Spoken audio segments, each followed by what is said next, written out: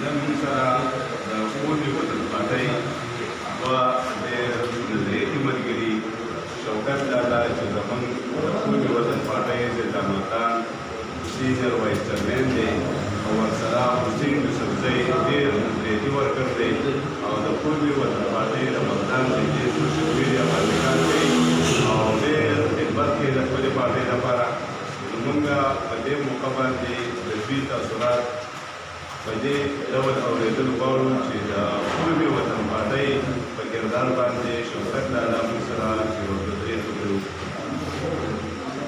أعوذ بالله من الشيطان الرجيم بسم الله الرحمن الرحيم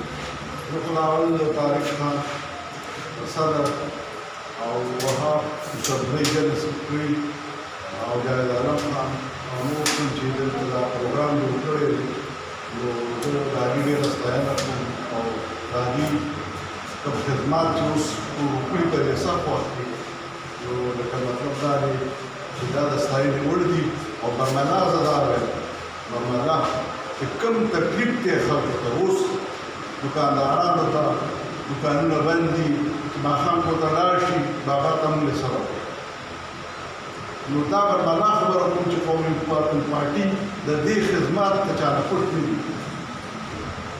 کوم خدمات چې کړي دي د سلسلتان رټنه یا پیپل پارټۍ سره مخکې هغه هر څه دې خلکو ته پته ده او انشاءالله تعالی موږ به خپل پارټۍ لپاره د خپل کوم د تخبې خلک دي موږ دا د زړه کومې نه وایو چې یاره دې سره زیاتې ونشي کوم غریبانان خلک مطلب دا دی هر یو سړي یو خپله نظریه ده زموږ د قومي وطن پارټۍ ملک صاحب مطلب یې چې لکه هغه کې بیا لیدلې شروع کړي یا یوسفزی جنرال سکرټري چې زموږ دی حسین محمد نو دا ټولې خبرې لکه مطلب دا دی چې دغه دي نو زه بیا هم دا وایم چې د غریبانو خلکو لږ څه ناسمارات ورکړی شي داسې داسې نه دي چې بس یاره سارې روزي غریبانو خپل یو ځای کړی خو زموږ کې کوم دغه خلک دي خو زه بیا هم دغه کوم چې یاره د قومي وطن پارټۍ له طرفه څه دغه ما اوس هم خبر وکړه چې یاره موږ خپل دې غریبانانو سره